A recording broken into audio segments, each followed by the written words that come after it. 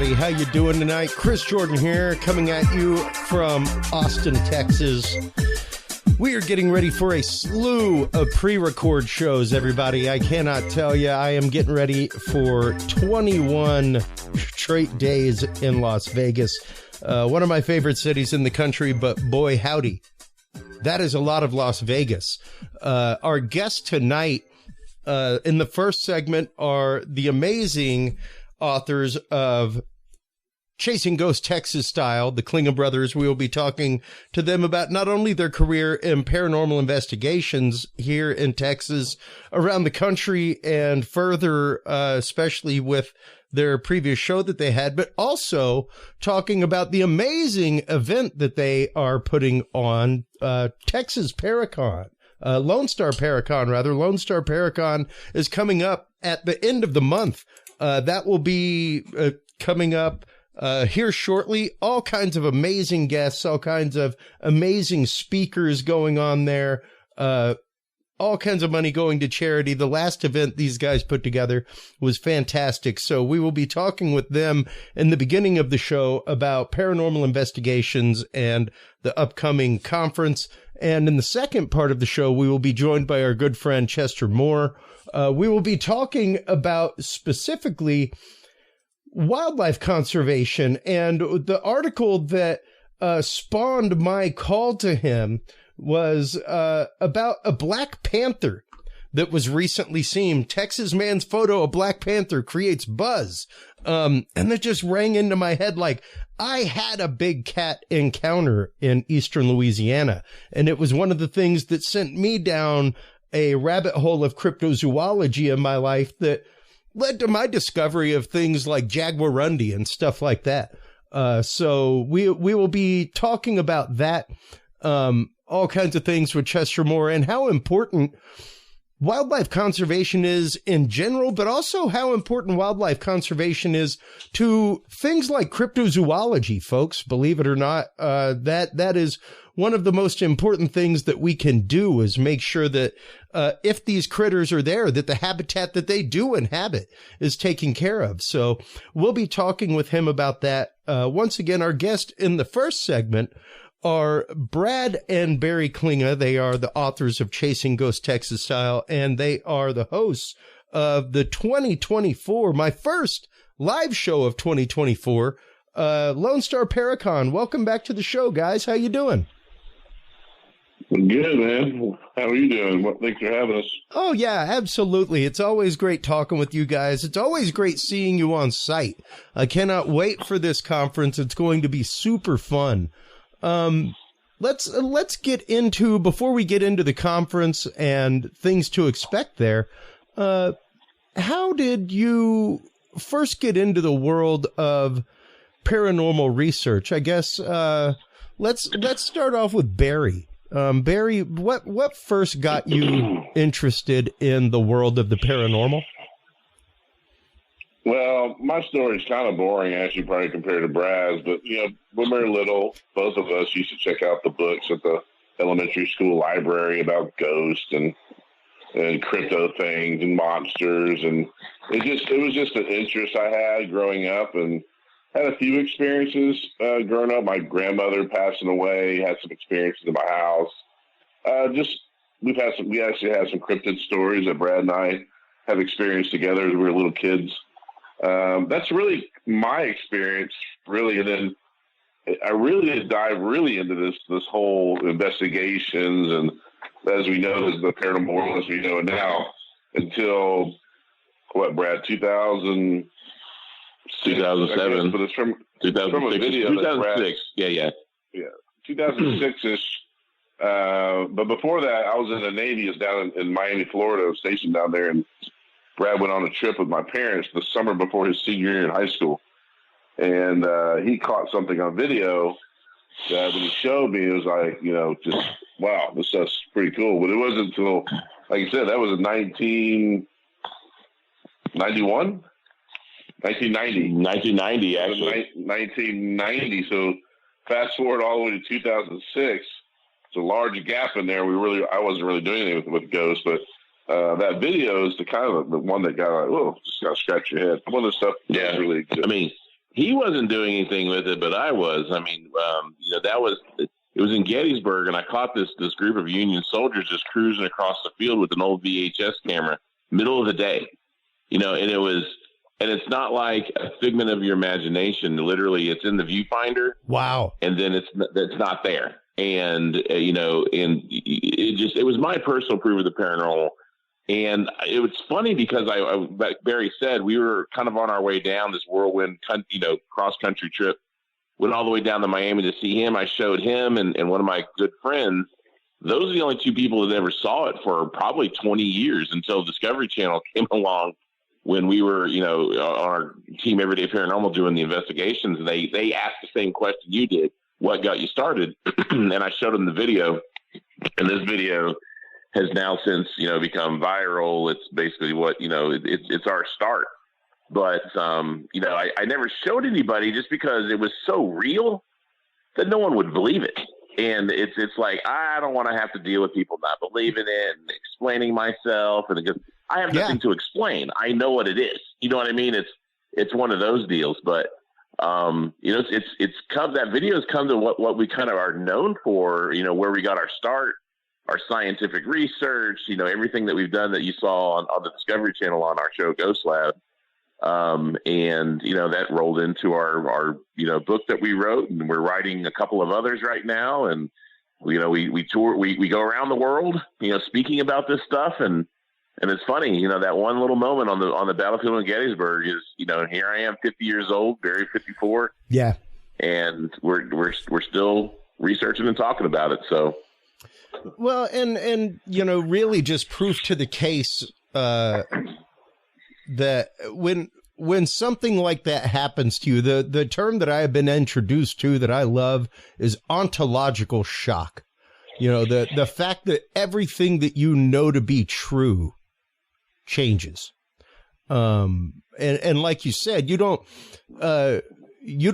believe what you have in that picture. You know what you have in that picture. You know what you saw through that viewfinder. Yeah, it's not a matter of belief for me. Yeah. It's a matter of, okay, this stuff exists. Yeah. Hands down.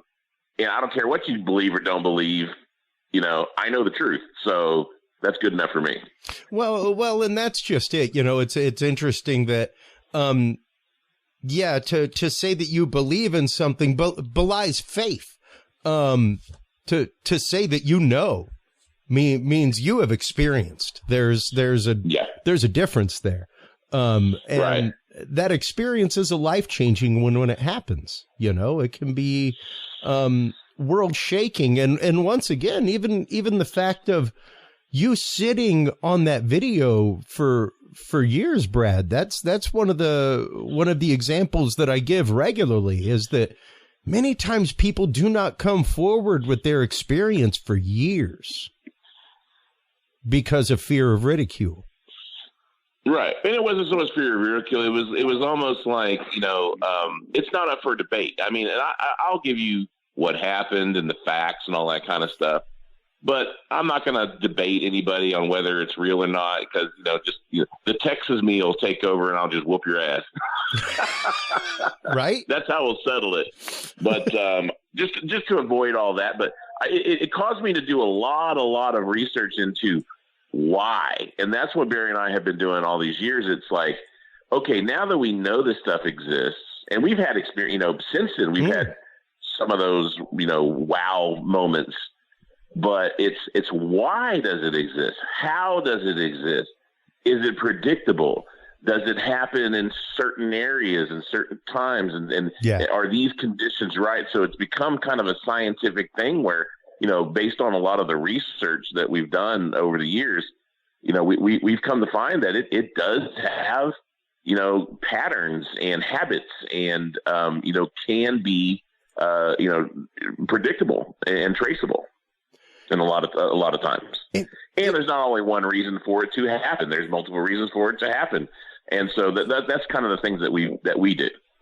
Well, and getting into that is one of the concepts that I have explored regularly with guests recently is the idea of, especially when you're going out on investigation, Not so much cryptid hunting, things like that, but when you're going out hunting the paranormal, when you are going out looking for those specific things, could it even be the fact that your preparation alone, your excited preparation, Brad, is actively charging that environment? It is all about energy, and we can go into that whole thing. And energy takes different forms. Well, the physical energy, the emotional energy. It has to have energy to be able to manifest. It's part of our things we theorize with. But yeah, you're absolutely right. Yeah, and I mean it's one of those that as I've spoken at conferences recently, I have caveated people to enjoy your time in the field, go out, have fun, but make sure that as you're prepping your gear, you're doing nothing more than a checklist of gear, just a blank slate checklist. Try to keep yourself as emotionally inert as possible. Don't try to hype up the location in your head as haunted, or expecting experience, because watch pot never boils. And that's something that we've always, a lot of times it's funny because when we were filming a TV show, they would have the cameras on us, and with cameras, they want you to kind of be active and moving around. Barry and I would find a comfortable spot to sit down and just watch and listen and talk about the weather and what we're going to eat that night and just take our minds off it. And that's it. But that makes boring TV, so we had to get up and walk around and do our thing. And most definitely, I can imagine the okay, before we sit down for all that, let's shoot an hour of B-roll of you guys going around with meters and asking questions and things like that. And then we'll record that and see what happens and use that and marry the two. I can utterly see that. And yeah, that can become problematic when you are investigator the way you guys have been for years. I mean, that's what brought y'all to the point of Ghost Lab and to the radar of those producers to begin with, was your actual field work and going out and doing investigation. Now, when you're out in the field, when you're looking at these things, let's start getting into that, because once again, there is an energetic give off of those who are involved, and that can either help or hurt sometimes. So let's start getting into that and how you go about measuring such things in the field, guys. Well, with the Ghost Lab, we were spoiled. We had all these state-of-the-art pieces of equipment and computers, software, and gadgets, and people that were inventing things at the time were sending us prototypes and whatnot. But, nowadays we keep it simple. We really, our first thing we do, you saw it on TV, we go and we go what's called a scout. We just walk around and just kind of get a feeling for the place. We don't really investigate, air quoting right now. We kind of just walk around just to see, what's up. We get a vibe over here or something leading me to go somewhere else. That's our first thing we do. And then, of course, we get out our gadgets. And when I say gadgets, I'm not talking about ghost hunting equipment. I'm calling just traditional, scientific equipment, EMF meters, thermometers, audio recorders, things like data that. Loggers. Data loggers. We tend to stay away from things that are made for the ghost hunting business. The SLS cams and the Ovuluses and things like that. Not to say they don't work, but it's just that's not our cup of tea. We want to keep it to traditional pieces of equipment and something that hasn't been made to find ghosts, if that makes any sense. So it keeps our investigation sterile. It keeps it true.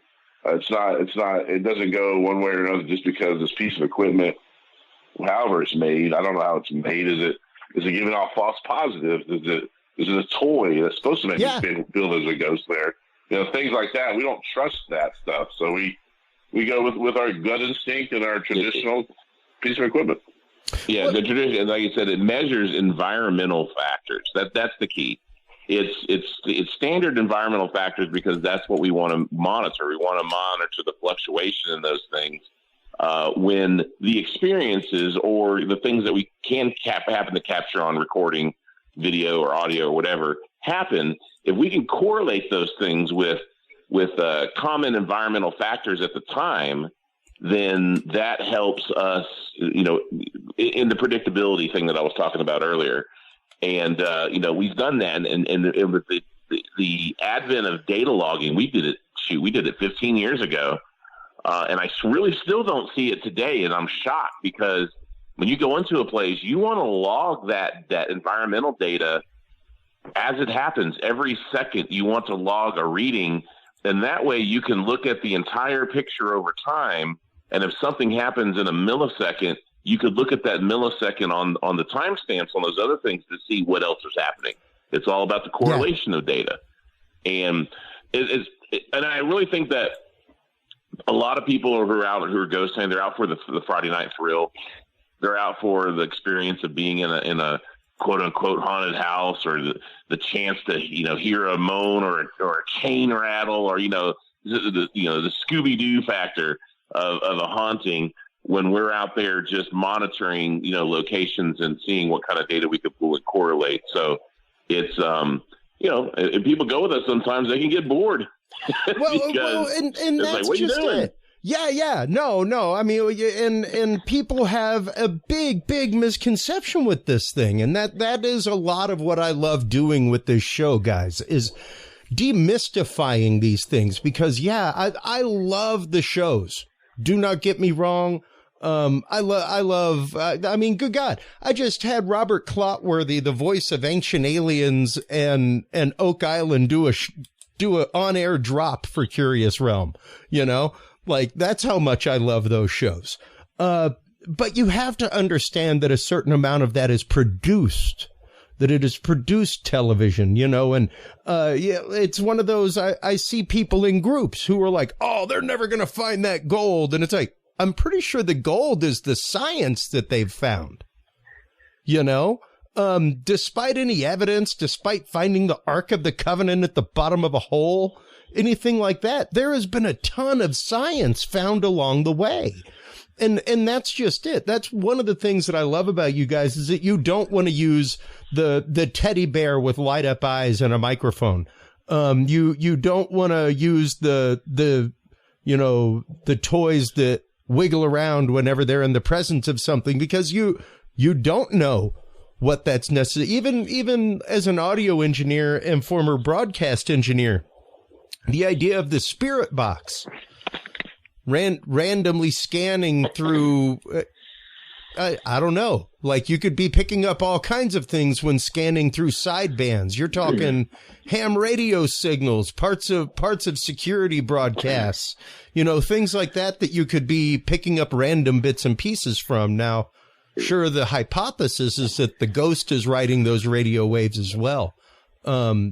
But a lot of that comes from the old school research done in the 20s and 30s in the day of the Black Orchid tapes, with original EVP work, where the hypothesis was that the ghost, through paranormal electromagnetic energies, can manipulate the weak magnetic field of that tape head and influence the tape. I don't know how the ghost influences ones and zeros of a digital recorder. Well, it's not the ones and zeros of a digital recorder. It's what we found. It's the frequencies that they lie in, because those digital recorders actually will take lower frequencies that you can't really hear. Yeah, and it'll amplify them. So that's why, a lot of times, we'll do that. We'll look at when we hear a voice on a recording that we don't know what it was.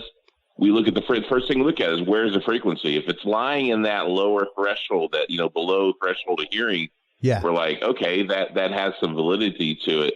And it is about that. And what we do feel is that, static, white noise, the ghost box that scans the AM station, the concept is great. I really feel that it's there. However, when you know that there are known voices on an AM radio frequency from radio stations, and it's just panning, your ear is eventually going to hear the sound like of a name. Like a lot of times people, their question they like to ask is, what's your name? Right. Yeah.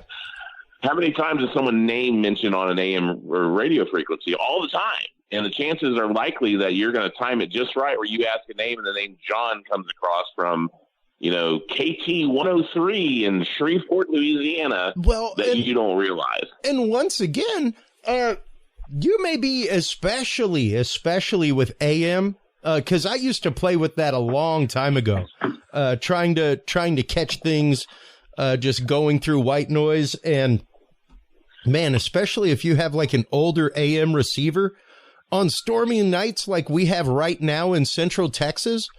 I lived in Houston at the time. I used to be able to pick up AM radio from Dallas when the weather was right, just because of the way that the radio waves bounced off the ionosphere during a storm, So even though you may be on something that is utterly static most of the time, there may be something ionospherically or elsewhere that is bouncing other radio signals to that area and across that band that you are fully not aware of. I mean, I work in the corporate AV field, as you guys know. One of the big jobs that we have as a position on very large shows, like the ones I'm getting ready to go work in Vegas, where we've got 3 floors of the Venetian with 8 microphones in each room, like we're going to have like a microphone count of about 250. That's just our microphones at the hotel property. That's not the other shows. That's not in-house microphones. That's not radios on security people or with in-house, operations. So we have one person called the frequency coordinator, Freak Man. He goes and he gets freaky with it. And his job is to walk around with an actual frequency meter and find the open bands of air in which to program our microphones so that they do not get interference. Like, that's somebody's job. Most people don't take that into consideration when just using, once again, an off-the-shelf ghost box. Great in concept. I am not a huge proponent of their field use because, as you're saying, Brad, it is not a quantifiable. I even here recently was at a live show, and one of the vendors was selling toroidal speakers, like muted speakers that are toroids that put frequency out to help fields, things like that, help you reorganize DNA strands, stuff like that. And for me, it was the fact of what frequency ranges. Show me, like, you've got a little wand there that's showing me that that's dirty RF and that's clean RF. Show me the frequency ranges of the RF that you're showing me. Because if you put one winding out of line over here, like, it'll look noisy. Like, that's just me as a circuit designer. So it was hard for me to see somebody selling a device dealing with frequencies and healing and what frequencies you need to avoid when they could not tell me the frequency range of operation of the device that they were selling. Right. That's a hard sell for me. Go ahead, Barry. I was going to say, and this is nothing against people that make equipment. No. I think people that make equipment are really trying to break the mold and develop something new. But a lot of the times you see the things being developed, they're not because of the ghost part. They're like what the ghost hunter wants. What's going to sell? How am I going to sell a bunch of these gadgets just because that's what the ghost hunter wants? Not necessarily I figured out how to contact ghosts. Unfortunately, it goes the other way. Now, I'm like I said, nothing against people that make ghost hunting equipment and whatnot, but I just think that use it from back when 15 years ago till now, things are completely different than what they were back then. 110 degrees different, dude. Like, I remember when I was out in the field doing things years and years ago, like back in 98, 99. Man, one of the best things you could find was an EMF meter that that just had the lights, you know. Now you can actively go out and find EMF meters with actual instructions and metered signals and ranges, you know, not just a color light that says, oh, it's red. Great. Am I near a microwave half a block away? Like, it doesn't help you just to see a red light. What helps you is to see the frequency of the RF radiation. And nowadays, whereas that handheld RF meter with just the lights used to be $100-something, now you can go out and buy an actual EMF meter with actual meter readings and Gauss limits and things like that on it, and measuring things in milligauss, and instructions that tell you what that milligauss reading means and what a background milligauss should be, you know, because a red light is great, but if you don't know what a milligauss is and what you're measuring, it could be anything. Exactly. Yeah, it's and once again, I have no fault with anybody that's selling a product. I am American, unless it's true snake oil. I got no problems with it in my true mind. But when it comes to investigation, when it comes to trying to get that quote proof, guys, my air quotes are up there for the listeners. For me, it's the fact of proof is what your lawyer has to keep you out of prison. Would you trust the evidence you have to keep you out of prison? You know, that's the realm of proof that you should be looking for, which means, like you're saying, Brad, we need some numbers. We need quantifiables at that point. We also employed the use of. You mentioned that you were, an audio engineer at some point in time, or still are. I still am. Well, we would get like, for example, an EVP, something that we could not explain. We put it through the ringer. We couldn't explain it. We would send it to an audio engineer and not even tell them it was paranormal. We would just say, "Can you analyze this piece of audio and give us your impressions?" That's all we would say. Can you tell us what it says?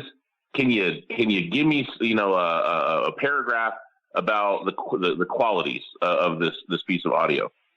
We got something in Granbury, Texas one time. We were after there was a legend that John Wilkes Booth was there was conspiracy that he made it out of Virginia, wasn't killed, made it all the way down to Granbury, Texas, and worked at an opera house as a Shakespearean, theater coach.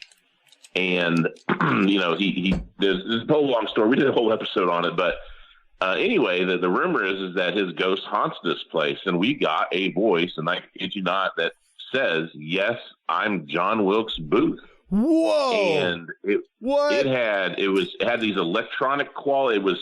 It was very odd. Everybody who listened to it heard the same thing. So we sent it to an audio expert, an engineer. He was didn't tell him audio forensics expert. Right. He would go to court cases and testify on drug wiretaps and all that kind of stuff. And he said, "Well, I thought it said, 'Yes, I'm George Bush,' which." Yes, I'm John Wilkes Booth is pretty close knowing what it was. Yeah. You know what I mean? Absolutely. Well, and then he's like, it has very odd quality. Like there's human tonality to it, but it's not registering where it should be. He was going off on and we're like, well, what would you say if I told you? Yeah. That might not be a human voice. And that's beautiful that is the way that you approached it, Brad, because so frequently, whenever I see things, whether they're shared in groups, whether even whenever they're shared in private messages with people, there's a front loading that happens there. And it can be hard. It can be hard for you to not want to front load what you think you heard. But the idea of especially giving it to a forensic audio specialist blind, Nothing at all. Just, hey, man, we got this piece of audio. We would like you to examine it. Tell us about the qualities of the audio. Tell us about the spectral analysis. You know, is everything within spec and norm? And yeah, he would absolutely be able to come back and say, you know, there are things in the subharmonic range here. And it seems like there's a really strange recording in there about George Bush. So that's awesome. That's awesome. That is how you guys properly treat your evidence. And as you were chatting, I got up. Let me see if I can show that on camera here. I got my RF Explorer. This is one of the many tools that we use that it's hard to see the screen there, actually. But yeah, this right here is one of the actual RF machines that will read all incoming signals from, you know, 200-300 megahertz all the way to 6G. So if you're getting any kind of strange things that are really, really beyond the realm of human hearing or radio interference, this will tell you what it is and exactly what frequency it's on. With that, you could tune a radio, tune a receiver, what have you, and actively hear it. But it's interesting to see that, you know, there are people out there like you guys who take it this seriously to the point of taking it beyond your own self. I've tried to for years explain the fact that at a certain point you have to disconnect yourself from and be willing to disconnect yourself from the research. Be willing to turn your evidence over to somebody else, like you did, sight unseen. And story untold, to see if that same finding is found. You know, that's kind of the whole point of science, is the repeatable process. And you guys were saying earlier that there are some repeatable processes with some of this. You know, like you said, a watch pot doesn't boil. But at the same token, an overactive location hustling and bustling with 8 camera dudes and everything else is prone to scare things off as well. You know, so what are some of those things that if people are serious with their research, if they are looking to go out and properly start gathering data and sharing data amongst groups, because that's really what it comes down to, is the sharing of the data. It's great if you collect it, but if you just collect and hoard data, it does nothing to increase the data set that's out there in the field. So what are some of the methods that people can use that are tried and true to gather good data, and where can they take that once they have it? Well, I mean, you can.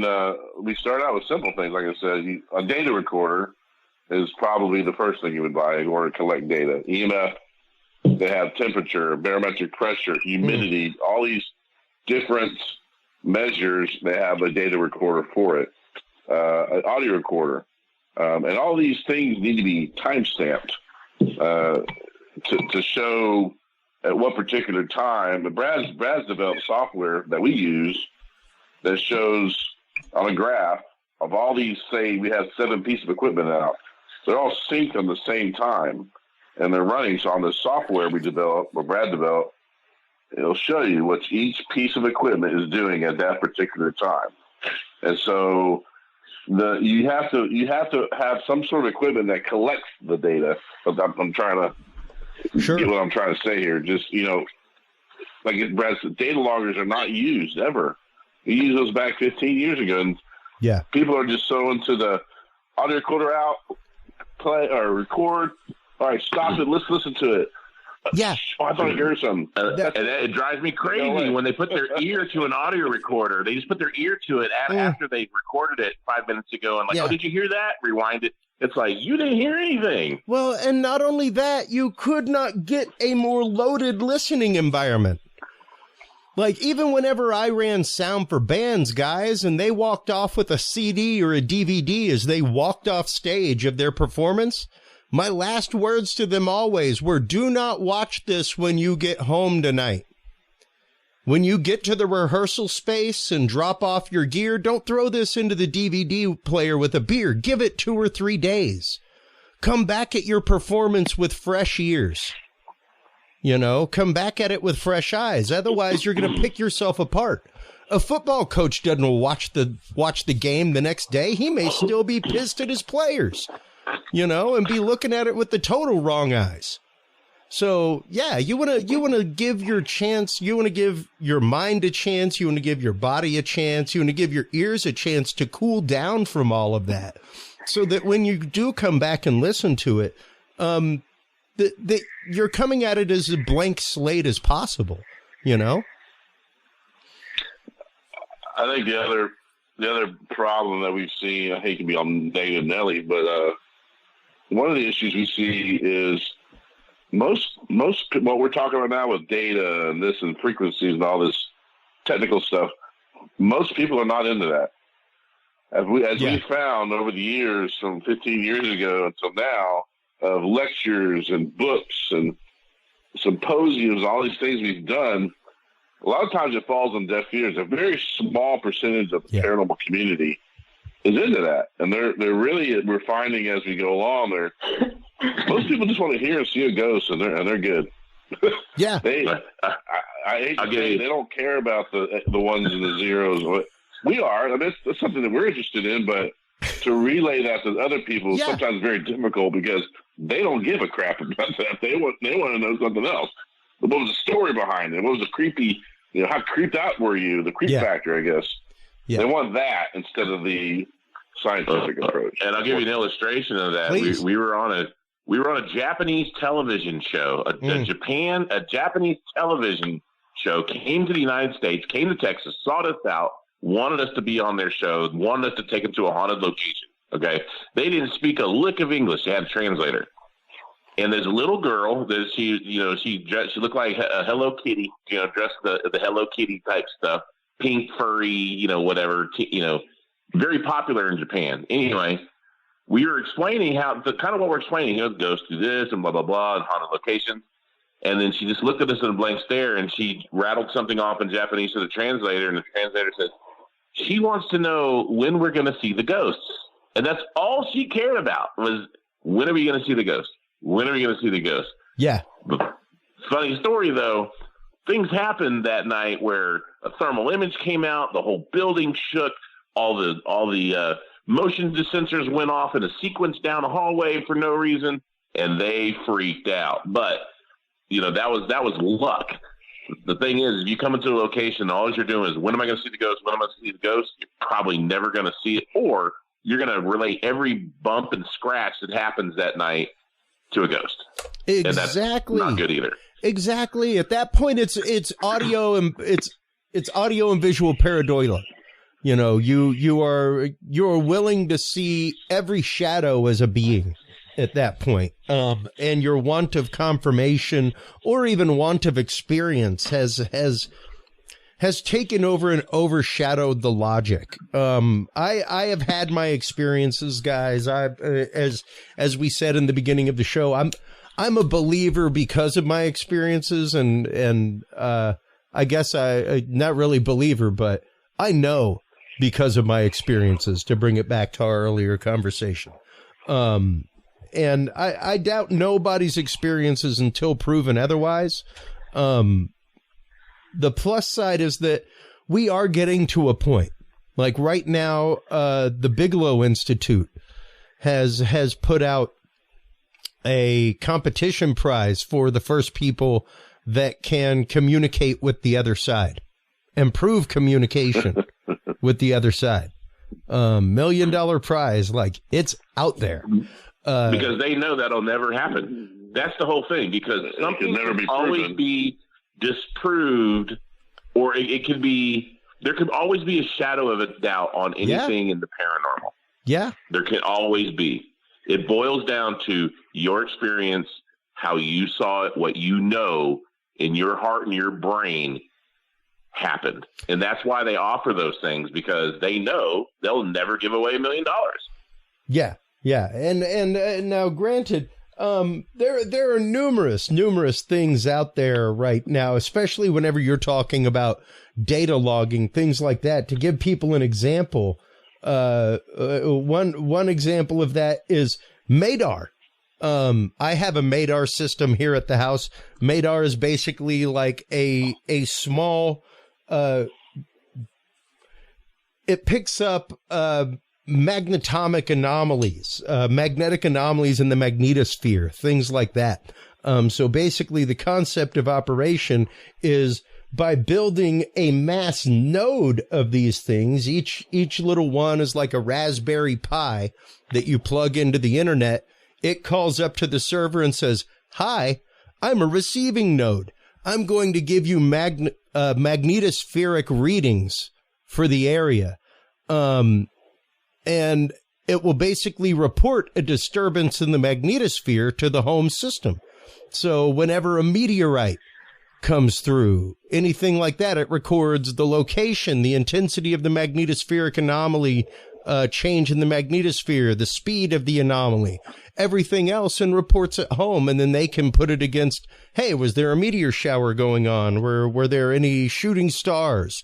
All that kind of stuff. But that is a passive data gathering system that is built off of a Raspberry Pi system. Nothing extraordinarily complex, nothing extraordinarily, expensive. And when you're talking about leveraging technology like Raspberry Pis, yeah, man, you can get temperature sensors, movement sensors, infrared sensors, thermal sensors, all kinds of data that you could hook into a Raspberry Pi and just passively off of a, battery pack, that's charged up, gather tons of data on site. Yeah.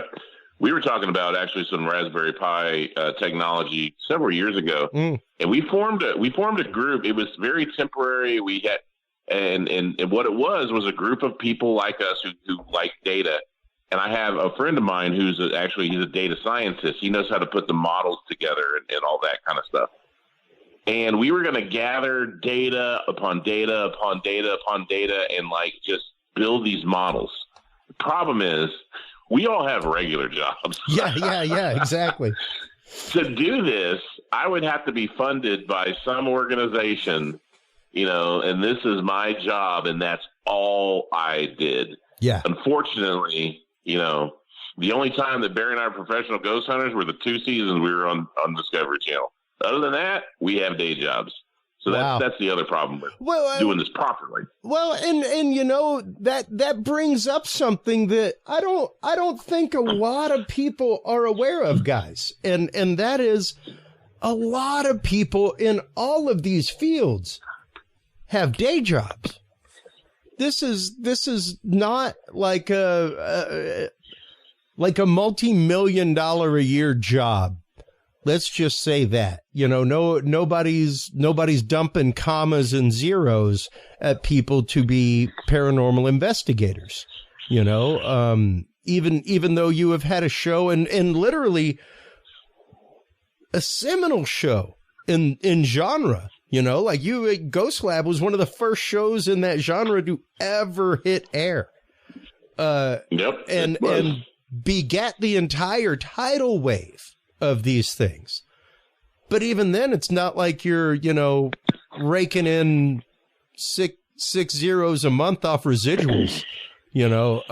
There is a big misconception. We basically had to beg.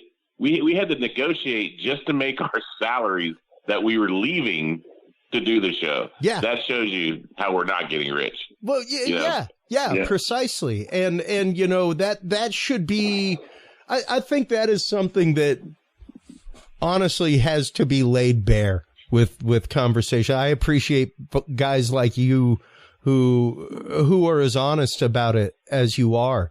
People do not realize that many of their favorite cryptozoologists, work at the petting zoo at the local zoo, that they work retail outlets during the holidays, that kind of stuff. Like, this is what they do to follow their passion. Like, I do not, this is what you're looking at, everybody here with me, like, this is my home studio. Like, this is where I sit and run my home business.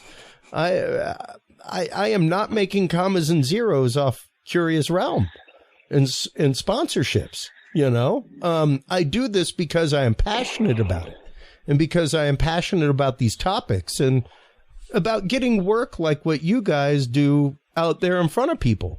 Because without these conversations, we're going to go nowhere. You know, without conversations like what will be had at the upcoming conference, at the upcoming Lonestar Paracon, be it with the speakers or be it amongst the experiencers who are there not only experiencing the conference, but sharing their experiences with each other. You know, that's what this is about, is being able to give people a safe place to come and experience not only the community of experiencers, but to know that there are safe places and safe people to share their experience with. Yeah, we're actually making commas and zeros. Problem is there's nothing in front of the zeros, so we're making a bunch of zeros right now. Making that Gus Gorman Superman 3 money, the fractions of pennies. That's it. Yep. But before we let you go, we've got about 3 or 4 minutes, or about 5 or 6 minutes left with you guys. Let's get into the conference real quick, because you guys are hugely charity motivated. That is one of the reasons why I support your shows, why I come out and help AV sponsor things like that, is because I love what you guys are doing with not only getting these topics out in front of more community, but also using that to help other communities and to help out different charities. So let's talk about Lonestar Paracon real quick and some of the fun activities that are going to be there, and a little bit about the charity that all of this is going to help go benefit. Yeah, so Lonestar Paracon, it's kind of been a thing of Brad I've been thinking about for over several years. And we did one before, not Lonestar Paracon, but a bigger event years and years ago. It's pretty successful.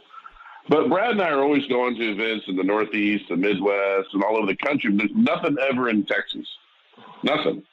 We do little events here, little events there, but big Paracons, they're just not existent. So we live here in Church, Texas, just north of San Antonio. We have a really nice convention center, and we're like, hey, man, let's try to do something here. Let's just put all of our eggs in one basket and see what comes out in the end. And if you know us personally, friends of ours, even people that make our events, we don't do this to make money. We literally do it because we enjoy putting on events. We enjoy being around our fans and our friends and our family. And any money we make either goes to a charity or it goes right back into another event. And so that's kind of where we're at, the reason why we put it on. Lonestar Paracon is, man, we've been doing this. When did we announce this, Brad? About a year ago? About a year ago, almost, yeah. Almost a year ago. Yeah. This thing has exploded. I mean, it's really gone from just an idea to we've already sold out. The VIP sold out in like a month. Awesome. The investigation with Shane Little and Aaron Sager sold out in like a month. The vendor spots just sold out last week. Great. We have other tickets that are starting to get close to selling out. Speaker tickets, gallery reading tickets, Solstice Sister Sunday tickets. And as we get closer, we knew Christmas was kind of like a slow time. But I'll tell you what, since yesterday, January 1, it's starting to go. We're also starting a huge advertising campaign to get the local people to the event, because here's the kicker, guys. It's free. Yeah. It is completely free to come to the vendor portion of the event, meet the vendors, meet the celebrities, get your autographs, get your pictures. That's all completely free. The only thing you have to buy if you want to listen to the speakers is a measly $40 ticket.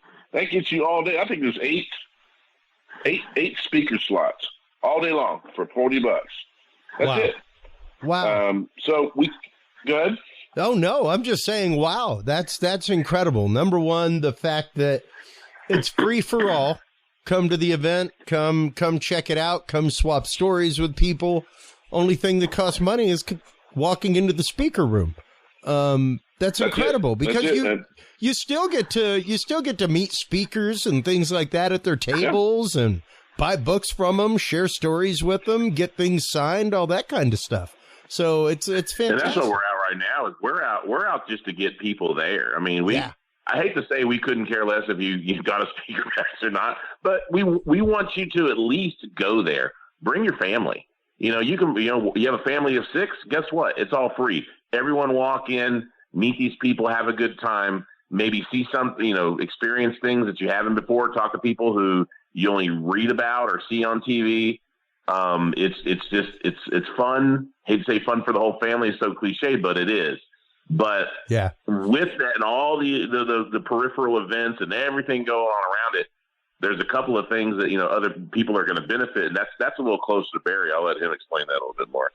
Please do. So, Barry. Special Olympics is close to my heart because that's what I do for a living. I am a special education teacher. Been doing it for 15 years. I here with the local school district, actually the school district that Brad and I went to school at. And so what I do is I teach special education, physical education. So I work with kids in their PE classes that have motor difficulties, Down syndrome people, autism kids, traumatic brain injury kids, just the whole gamut. I work with those kids. I also run the Special Olympics program, which we do sports. We do swimming, bowling, basketball, bocce, track. There's other sports that we're actually trying to implement. And so we have ages from 8 years old up to 22-year-olds in our district that participate in the Special Olympics. Well, the bad thing about our Special Olympics program is we have to raise our own money. We're not we're not driven by like an account or budget through the district. We have to raise money through fundraising. And so Brad and I got together and said, really cool. Let's do every bit of profit. Now there's bills to pay. We got flights and hotels and rentals, and everything is not for free on this event. But we're trying to make it to where it's very affordable. We got sponsors that's helped out financially. We've got really good deals from the city. All the guests have waived their appearance fees. I'm going to announce that now. I probably screwed everybody up on their next deal, but wow, they all did that because it's a good cause, and I'm not saying they do that every time, but it is a charity event. But with all that money savings, we're hoping that at the end we're going to have a big profit. All the profit's going to go to our local Special Olympics team through the district, which helps buy uniforms, buy his new equipment. The seniors in high school, or the juniors and seniors in high school, they actually get letter jackets. They can letter the Special Olympics. Yes, they can. Our funds they buy those free for the kids through our fundraising. All of that. What's cool also, some of our athletes will actually be there helping with the event, helping out with volunteers, and helping out just all the admin stuff of the event. On top of that, we have a second special education program called 18 Plus, which is when you turn 18 in our district, you can stay till you're 22. And so from 18 to 22, it's a vocational program. They teach you how to get a job. Awesome. They teach you how to live alone, how to wash your clothes, all this kind of living, how to be an adult, pretty much. Yeah, life skills. And life skills. So those kids, they've actually started a T-shirt making business. They actually bought heat presses and everything. Cool. They're making our event shirts. Awesome. All the event shirts. They're got a booth there. They're making them. They're selling them. Every bit of that money is going straight back to them. That is their fundraiser. They're making 200 shirts. I'm telling you, they're going to be gone in about 2 hours. That's great. So you need to get there at 9 a.m. is when this thing kicks off for the public. You better get there at 9 a.m. because those shirts are going to be gone. Plus, our first speaker goes off at 9 a.m. And it goes all the way till 6 o'clock that evening. So there's a lot going on. We have a snack bar there. We have food. There's no reason to leave. You show up, you see everything you want to see, you buy the things you want to buy, you have a little snack. You don't have to leave. You stay there all day long and enjoy the Paracon. So that's January 27th. That's a Saturday. There's nothing going on in this area on that Saturday. We've checked. We did our research. And you guys do a great job of that, honestly. I try to sponsor most of the paranormal events that happen in the state of Texas, and not everybody really like does a quick Google search at the beginning of the year to be like, hey, what else is going on? Because, yeah, there are quite a few that kind of cross over each other, but you guys make a really concerted effort to make sure that people have time to be able to put this into their schedule. It doesn't cross over any major holidays. It isn't crossing over any other major conferences, things like that. So you put we really try to check that, because we've had events, other people have done events, and all of a sudden there's a Comic-Con in town that weekend, or there's a Mother's Day weekend for the next 2 weeks. Weekend. Yeah, I'd love to come to this show, but William Shatner's up the road, right, exactly. and at 110%. And that happens a lot, especially when you were talking pop culture, things like that. Those draw huge crowds locally. So good on you guys for putting all of this together. Once again, Lonestar Paracon, I cannot wait to come be a part of it. I cannot wait to come out, get all the amazing live coverage, live interviews. Guys, thank you so much to the Klinge brothers for not only putting together this amazing event, but so many others that go to benefit fantastic charities out there. Word charities just left my head. Yeah, LoneStarParacon.com, EverydayParanormal.com, or KlingBros.com. All three of those get you to you can read about it, you can buy tickets there, or just, see who's going to be there and what's going on. Absolutely. Well, guys, thank you so much for the time. I appreciate it. I'm going to let y'all go. And I'll be in touch soon about all the upcoming preparation for the show. I'm looking forward to it. Sounds good, man. Appreciate it. All right. Take care, guys. We'll talk to y'all soon. Later. All right. Bye-bye. Always great talking with the Klinge brothers, two Texas boys from right up the road in San Antonio. I cannot wait to go to that event. It's going to be fantastic. Lonestar Paracon is coming right up at the end of January, folks. That will be officially, technically, our last pre-record. My air quotes were up there. Our last pre-record of things. I'll be coming back the week after that. I'll, of course, be live to introduce all of the coverage from Lonestar Paracon, but Lonestar Paracon coverage will be coming the last Tuesday, or the first Tuesday of February. Last Tuesday of January. So there you have it. I can't even keep my pre-record schedule straight. It's big and long. So with that, everybody, speaking of pre-record, we do have our pre-record guest. The amazing Chester Moore is coming up after our commercial break. We will be talking about wildlife preservation. We'll be talking about what it takes to take care of wildlife, what it takes to make sure that our wild spaces are there and available, even for the cryptids that may exist in them, much like the jaguarundi here in Texas, or even like possibly the large black cats that have been seen in Texas lately. We'll be getting into that with Chester Moore right after this. Well, hello, everybody, and thank you so much for staying tuned through that commercial break. Thank you so much to our sponsors, True Hemp Science. True Hemp Science is my source for CBD. I have found them many years ago. Christopher Lynch here in Austin creates all of the products for True Hemp Science, and they are some of the best darn CBD products I have found nationwide. I use them every day. Stop on by and check them out. TrueHempScience.com. Curious7 is the code that you want to use to get 7% off your entire cart of $50 or more, as well as two free CBD edibles on your way out the door. Our guest in this segment is the amazing Chester Moore. Chester Moore is, what isn't Chester Moore? He is an award-winning editor. He is an award-winning journalist. He is an award-winning podcast host. He has Higher Calling Wildlife, where he actively works with underprivileged kids, also works in the world of conservation. He just won an award as the Bighorn Educator of the Year from the Bighorn Sheep Society of America. So, yeah, welcome back to the show. Chester Moore, how you doing, bud? Man, it's great to be here. Always like chatting with you, Chris. Always interesting conversation. And thanks for the epic intro. I owe you $20 for that, I think. Right. Yeah.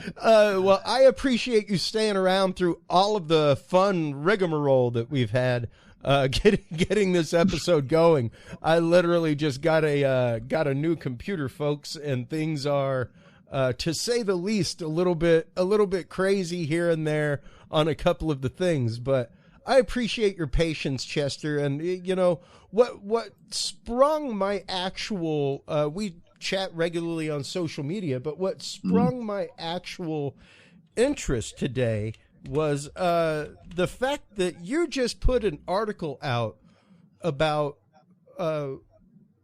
white lions here in America. White mountain lions. White mountain lions. Let's get into that a little bit, and your work in conservation. How you came into that and how you came across this white lion story, Chester.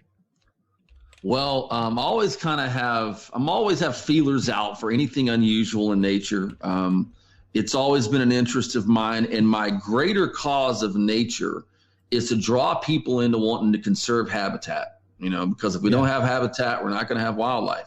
And I found that the enigmas of nature are what really get people hooked, and it gets me hooked. So in 2016, there was a video, a cell phone type video captured of an alleged white cougar. Now, let's stop at that word cougar for a second. That has a couple of connotations, okay? I'm talking about the felid. And also, that cat has more regional names than any cat in the world. It's Felis concolor. I call him a cougar, mountain lion, puma, catamount, painter in the Ozarks, panther in Florida. But I'm going to refer to this as a cougar. And there was this alleged video. We know it was a real video, but of a cat that was pretty large, white, jumping across the creek. And the guy said it was a mountain lion, and it was built like it in the video. Well, I've studied the Black Panther phenomenon for a long, long time. As a matter of fact, I'll be starting an 8-episode series on my YouTube channel on January 1st on that topic. And I thought before I would do that, I would dip a little deeper into the white panther phenomenon. In a couple of years back, there was a photo captured. So people don't realize the cougar lives from way up in Canada all the way down to like Argentina. Yeah. Deep parts of South America. They're a very widely distributed cat. And in Brazil, there was a verified white one captured on a game camera. It was not an albino. It was leucistic, which basically means it was white without the eyes being pink. It wasn't. They had pigment. It wasn't albino. It wasn't albino. It was white. And there was a verified baby white one born in a zoo in Brazil. Not Brazil, in Greece. So we have this phenomenon. And then I started digging around. There was a white one that was seen and reported a bunch around Red Rocks, the national designated protected land out there close to Las Vegas. So the Black Panther thing's interesting because most people in America, when they hear Black Panther, they're assuming we're talking about black cougar / mountain lion. Yeah. But in the history of hunting, zoos, taxidermists, captive populations, there has never been a verified melanistic or black cougar mountain lion. Yeah. Never, not once. But we have two for sure, without a doubt, on the white side of things. So I just thought that was really interesting about that. And I thought putting that out there might solicit some more people that have photos and videos and things like that. And just as the nature lover in me, I cannot imagine the feeling of being out in the wilderness. It's cool enough to encounter a mountain lion, but could you imagine encountering a ghostly, beautiful white one? That would be like the ultimate sighting. So I was pretty excited about putting that blog out. I've already got some good response on that. And there's the report. And it's pretty interesting, man. Like the video clip shows this cat jumping, and this isn't someone's house cat. It's I think they had a legitimate. That's a big. Yeah, watch the jump. Wow, that is big. That's a mountain lion. And that's absolutely, in my mind, a mountain lion. Oh, absolutely. And you can tell just by the size of the tail in relation to the body. Yep. And that distinctive swoop. Yeah, and if you notice, you can see, I mean, it's not a real clear video, but if you'll notice when it walked, you kind of see the muscles move on those shoulders. And look at that jump. Look at that pounce. Yeah, that's not, little curly house cat or whatever. So that was in Texas. And so there's these cool enigmas out there. And now granted, Texas also a huge community of wildcat collectors, a huge community of large cat collectors. Right out here in the hill country was the guy that got shut down all of a decade ago, I think, that was doing like large cat hunts and stuff like that.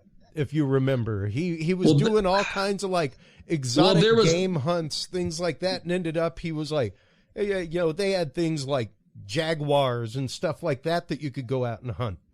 I've never heard the verified part of people. The only verified one I know was a while back, and it was one guy with a leopard.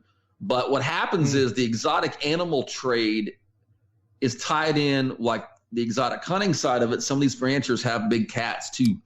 And some of them maybe have done things like cross state lines with animals they shouldn't have, or things like that. But even if there ain't no white ones in captivity in Texas, and that wasn't that's what always happens. Here's my favorite thing, Chris.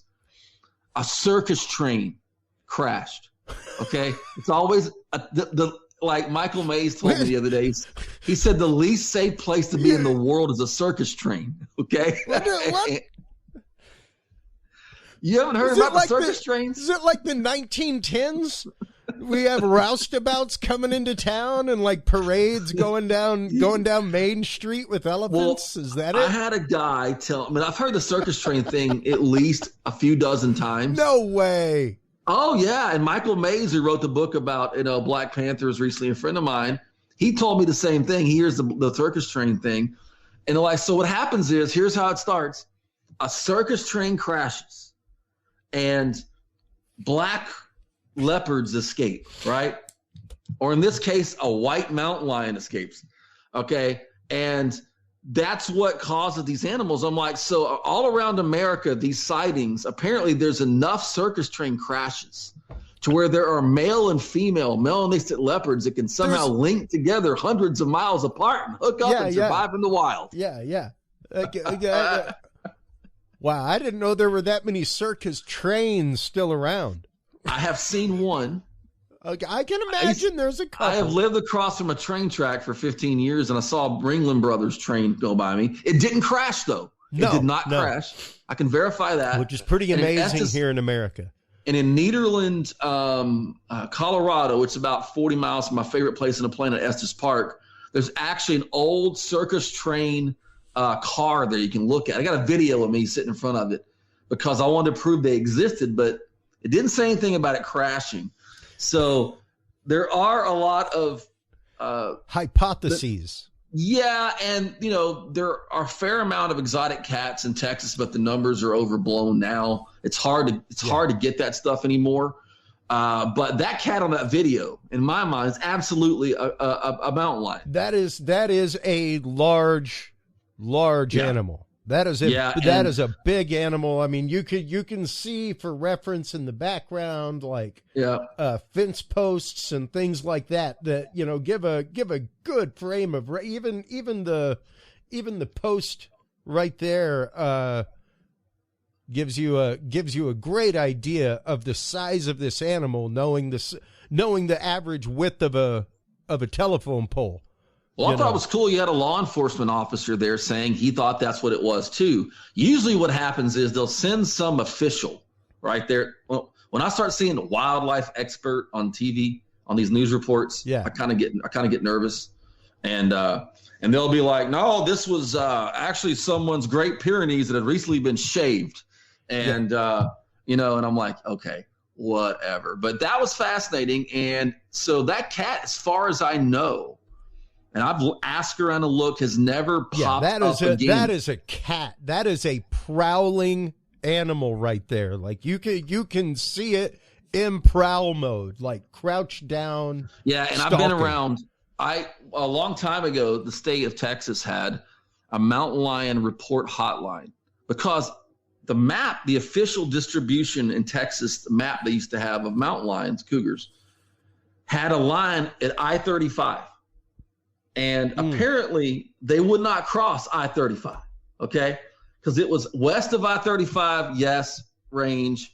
East of I-35, none. And so I'm going through the mind of a cougar. And I'm going, if you go east of there's more water, there's more forest, there's equal amount of game, but we're going to hang over here because the map shows us west. It's ridiculous.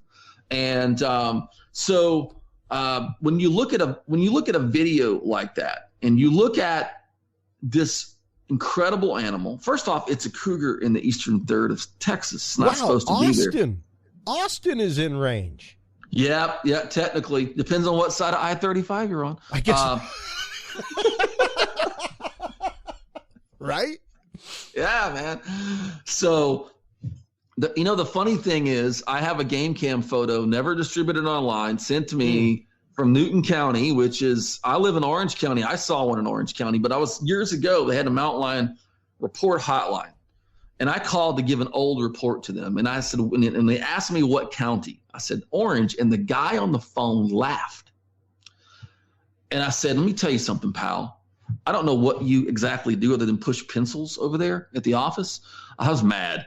And I said, I guarantee you, I know way more about mountain lions than you. And I said, have you ever had one sitting in your lap? You ever walked one on a leash? Have you ever photographed him for, dozens and dozens? He goes, no. I said, I have done all of the above. And I promise you, I'm more qualified to tell if I saw a freaking mountain lion than you. And guys like, But what happens sometimes, these officials get jaded, and some of them are really nice, but you got some of them that just like, I have a problem with when you report something to officials, when they mock people. Yeah. Like, not everyone's a wildlife expert. Yeah. Sure, it could be a case of mistaken identity, but don't mock people. And that's kind of what got on my nerves. I would love to have walked in the office with a mountain lion on a leash. That would have been epic. Well, you've got one right there behind you. I do. This guy's really cool back here. Working videos. This guy back here. When I was a kid, I shot my first doe in Llano when I was 12. And I saved up to get her mounted because to me, that was like going on an African safari. Yeah. And I took her to this taxidermist from Earl Perkins here in Orange, and he had that cat mounted. And a guy lived in Orange shot it in Montana. It attacked his dog, and he shot it. Oh, wow. And going like 5 years later, I brought like another deer in, and it was still there. The guy never picked it up. And so like fast forward 25 years later, I call him and I say, you still got that cat? I said, can we work out some kind of arrangement? Because the kids we work with would love to have like that to see. Yeah. There's a very large botanical gardens that has $1 million budget here. Because I'm thinking about donating to them. I said, they could buy a fleet of real mountain lions.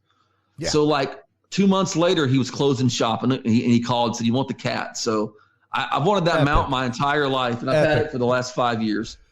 And the kids come here. An amazing opportunity to teach the children that you work with. Yeah, a kid came in. The first thing the kids, when we do our Wild Wishes program at our facility, they'll come here in the office and they'll sit down and we'll introduce ourselves to them. And they're usually the first thing they do is taking selfies with that guy over there, And it's a great opportunity. And I actually, we work with hurting children that have been through trauma. But every once in a while, I'll be a sucker and let a scout group come through here. And I had some Girl Scouts when we were at another location, and I walked in. The mom gave that that look like, oh my God, those people always sound like Thurston Howell from Gilligan's Island, that snooty voice, right? Those guys. Yeah. Oh my God, a mountain lion's dead, and they walk over, and I'm doing the presentation, and out loud in front of everybody, she goes, I can't believe he killed an endangered species. He's a hypocrite. Blah blah blah blah. So I normally with kids there wouldn't have said anything, but she caught me on the right day. And I said, kid, would you mind just excuse me 1 second? So what did you say? She goes, you killed a mountain lion, and mountain lions are an endangered species. I said, they are not an endangered species. She goes, I guarantee it.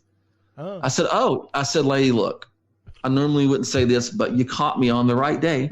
And if you're going to pick anyone in the state of Texas to debate this issue with, I'm the wrong dude.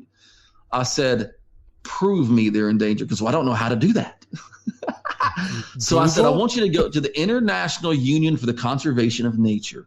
They're the global entity that recognizes what's endangered, threatened, etc. Yeah. It's IUCN.org. And I've never looked up the mountain lion status because I don't have to. But you go ahead there and you type in the search engine. And she did. She goes, it says species of least concern. I said, yeah, because there's a bunch of them. Yeah. Anyway, it's education time. And people love these big cats, man. Like the idea of like this stuff roaming around. But man, we're looking at COP28. Yep.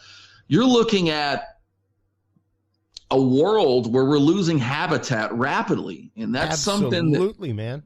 And that's something that's spooking me a lot. And I'm really concerned about what's going on with habitat loss out there, because I travel a lot, and it won't even be like I'll be there next year. Like if I was in Georgia and I came back the next month, and the area I was fly fishing, the whole 500 acres behind it is gone now. It's going to be a new plant by my house, where I had literally the piece of property where I had my cougar sighting when I was 14 years old, a life-changing encounter with a cougar. I don't know if I'd be sitting here talking about wildlife professionally if I had not had that sighting. It did something to me, man. I was like, all the stuff I'd seen on TV and read in books was right in front of me at 10 yards, and 1,800 acres of it were mowed down and they're making a new refinery right by my house. It's every single bit of it is gone. And so, it's always a great time when you can use something like a white panther or a mountain lion or whatever to talk about that habitat conservation. Well, to shoot a flare up in the air, and that's just it. Like, these things are beyond the point of red flag. It is like time to be shooting flares in the air about conservation of wildlife, conservation of wild lands here in America. Because, I mean, once again, the idea that the white panther has been talked about and is now proven is pretty incredible. And once again, there are reports of, black panthers, all kinds of things. And it wouldn't be beyond the realm of reason that a jaguar from Mexico, because really that's all a black panther is, folks, just so you know. The rings on a panther are from the melanistic. Same thing as me. Like, I'm technically a human panther with all of my freckles. That's just my melanin in my skin. Well, if I hypermelanized, all those freckles would grow together. Same thing with a black. That's a great way to explain that, Chris. I think people can get that. And so if you see a black cat in the zoo or maybe on a television show, it's either a black leopard or a black jaguar. And jaguars are what are native to the United States. And there have actually been standard colored jaguars proven multiple times in New Mexico and Arizona. I was there in the Chihuahua National Monument, which is an incredible place in a remote southwestern Arizona. And I was there 2 weeks after a jaguar was captured on the game camera. Wow. So right there. So they are proven. We hadn't seen black ones there, but the jaguar is native. As a matter of fact, Sam Houston, if you're a Texan, you should know who that is. I don't know if they teach history anymore, but Sam Houston, when John James Audubon and Richard Bachman were going around doing their quadrupeds of North America research, they interviewed Sam Houston, and he said, quote, there are many jaguars east of the San Jacinto. San Jacinto is at Houston. You cross the San Jacinto going into Houston from East Texas. So I'm east of the San Jacinto. And there was I believe it was 1902, there was a jaguar killed and brought to the Jasper County Courthouse. No. So there is a history of this stuff here, and we just got to kind of – so that's what I'm doing on my YouTube. It's Chester Moore, Wildlife Journalist and Investigator YouTube. And beginning January 1st, I'm doing an 8-part series on the Black Panther phenomenon. Hell yes. And I'm doing every aspect that you've never heard of even is going to be on there. I'm pretty dang excited about that, Chris. I am excited for you, dude, because this kind of stuff is huge to get out there. Like, and it's interesting that a big cat sighting when you were young was something that stuck with you and brought you to this, man. Like one of the reasons I am so into cryptozoology. I was telling you this before we started recording. I hope my cousin Ricky is tuned in and my brother Randy are tuned in, because we're about to get into it, guys. I'm here to tell you, you can still call me crazy all you want. I saw a mountain lion in western Louisiana. They're there. Over in the bayous. We were out at the Kinder camp with the Kushada and up around the campfire, and I saw this thing walk down the dirt road and off into the woods. Yep. And saw tracks the next day. Wow. But they told me, you're just drunk and high as usual, Chris. Which may have been the case, but I know what I saw and I know what was there the next day. And yes, as a matter of fact, there are sightings of that. And that is what sent me down the path of the jaguarundi. Yeah. And specifically the small North American jaguar that is native to Texas and northern Mexico. It's incredible, man. And, you mentioned the jaguarundi and what sent me down that path were two things. John Zeidel, who was the editor-in-chief of Texas Fish Game before me, who's passed away now, asked me if I ever considered jaguarundi as a potential Black Panther candidate one time, just in a conversation. I said, I've looked at those things before, and I know people would say that. Well, about a year later, I saw one. I used to photograph one at the Texas Zoo in Victoria when I would go there. Oh, wow. And they used to have one. It's gone now. And on Pleasure Island in Jefferson County, Texas, in around 2002, I believe, I saw a jaguarundi cross the road in broad daylight in front of me. And I didn't say Black Panther. I didn't say feral house cat. I went, oh, my.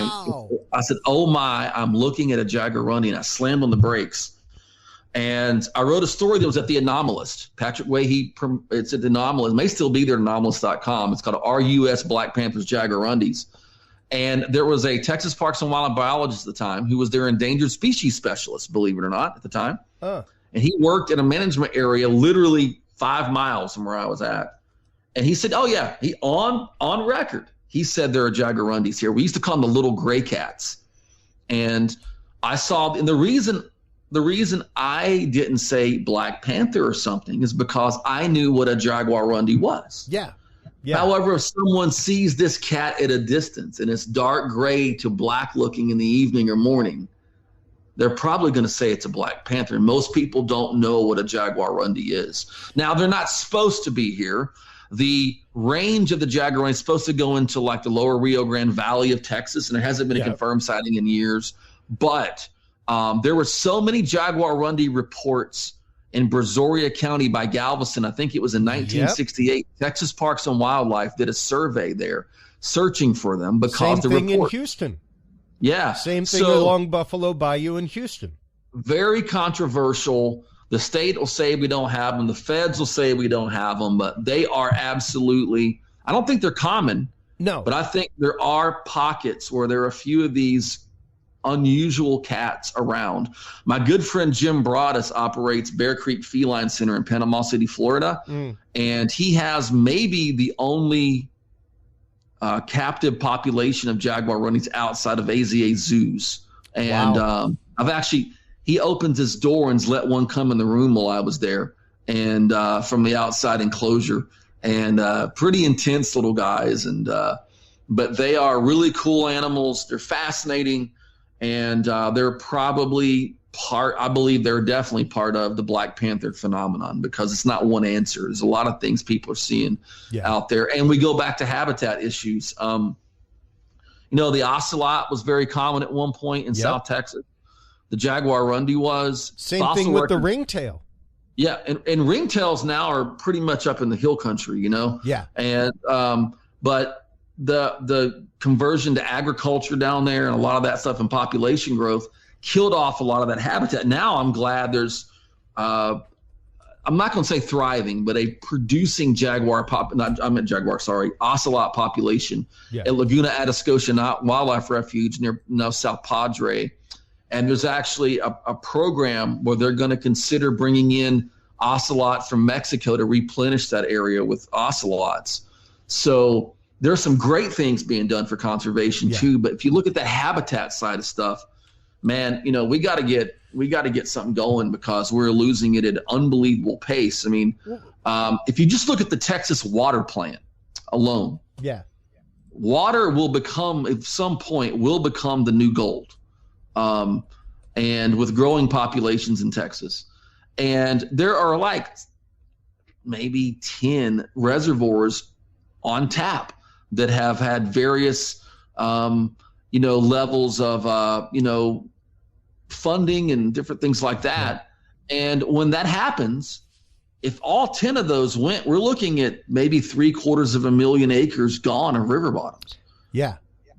I was on Toledo Bend fishing, and I love fishing Toledo Bend, but I hate that 165,000 acres of river bottoms are bye-bye forever.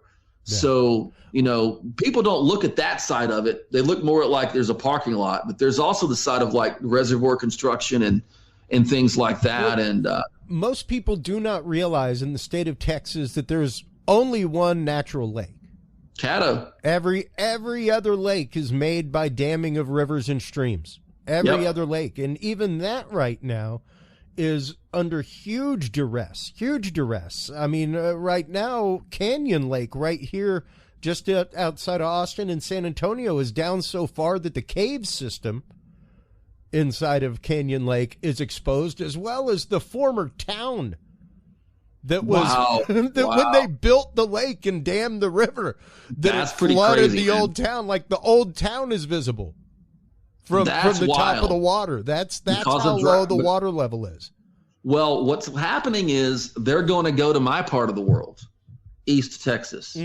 Yeah. And that's where we have the water. So this goes back a long, long way. And there was I'm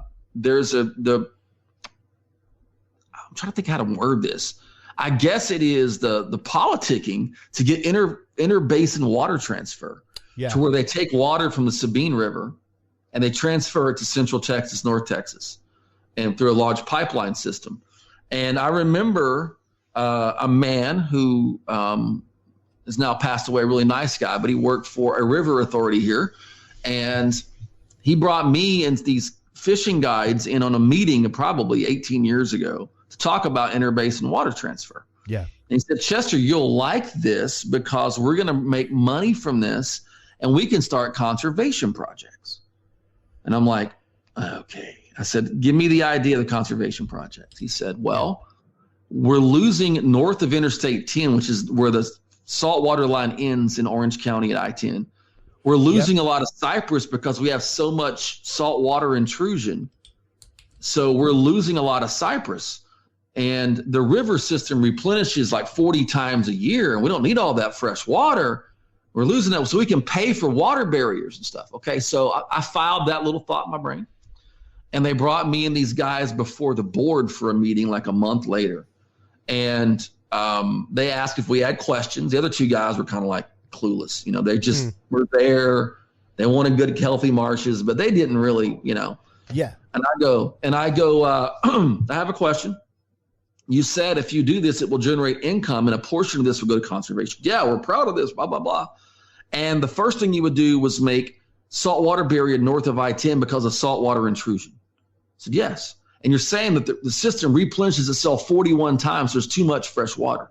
Yes. I said, so I'm not a genius. And I'm certainly not a hydrologist. But if it's replenishing itself 41 times and salt water is still intruding north of I-10, what would happen if we reduced that to 20 times? I said, you're proving the point that we don't need water transfer, And so those are the kind of issues that come out of this. It's real contentious stuff. And so the drought, we're having drought too. We're in drought. Toledo Bend's like 7 feet low. Absolutely. Like that. But, those areas don't get water. So these are all important things. So I'm hoping the people that are into wildlife, into cryptozoology, can just look and see, maybe you can get involved in something like the Nature Conservancy. All they do is land conservancy. That's it. Yeah. They're not political, just land. Or if you're a waterfowl or waterfowl hunter, you like wetlands, Ducks Unlimited, a lot of great organizations to be part of, because we're losing habitat, and just there's going to be a point where we don't have a place for a white panther to roam anymore. Yeah. Yeah. Precisely. Yeah. And at the same token, we're getting to a point, and the other article that I have up is from Texas Parks and Wildlife about the black bears right now. Like, people in walking trails in San Antonio have been warned. Be careful, because whereas these animals used to range further and further out, that area is now being developed, and they're coming in where there's trash and easy food to be found. Well, the bear thing is like, it's a challenging problem, but it's on a good side of things because bear numbers are increasing. It's fantastic. But the urbanization of bear is the wrong animal to be around urbanization, because they'll just straight up come eat out of your garbage can, like you said. You think a coyote's a problem? Yeah, and a bear's 1,000 times stronger. They're definitely potentially more dangerous. Yeah. And so you have this rise of the black bear. You can read a bunch of blogs I've written on the black bear thing at highercalling.net, by the way. And you're right, coexisting with black bears in Texas. I'm glad Parks and Wildlife's on this, because they're coming back. They're coming back in the hill country. They're coming back in the Trans-Pecos and in East Texas. And there was recently a bear sighting, I believe, in Orange County where I live. And the guy got a photo. He couldn't see the head. This guy lives in the swamp. He sees feral hogs every week. And the picture he got, it's either a bear or it's one of these really uber fat hogs. You can't see the head. But I looked at it, and you can go down, and it's definitely a bear, in my opinion, that he saw. I didn't post a picture because this guy got so much heat for it, but I just addressed the issue, And here's the thing about this. People will laugh. There's no bears. Well, Louisiana's opening their first ever black bear season in 50 years because there's so many black bears in the southern half of the state now. Yeah. And it showed a map of them going, guess where? Westward to us. I am the first location you're going to come across in Orange, Texas over here. Yeah. So it's all a thing driving this. And so we're having wildlife comebacks. We're losing habitat at the same time. And then we got all this wildlife conflict because people don't know what to do. And what happens is there's somebody, they're walking Fifi the poodle. The lady has little Fifi, and Fifi's got a lot more bark than brain. It's about this big, and they're walking in the park, and they see a bear. And the lady's like, oh, look, cute, a black bear. And the dog's going, bah, bah, bah, bah, bah, bah, bah, bah, bah, bah. Well, the bear doesn't really care about hurting the lady at this point. No, it's just seeing a snack on a leash. But it hates the dog, because dogs are a natural threat. Yeah. It attacks the bear. The lady doesn't have enough sense to let the dog go, and because you can't do much about it. And you have this conflict. The same thing's happening in Colorado right now with moose, and in Maine with moose. Yeah. Where it's not even predators, it's ungulates.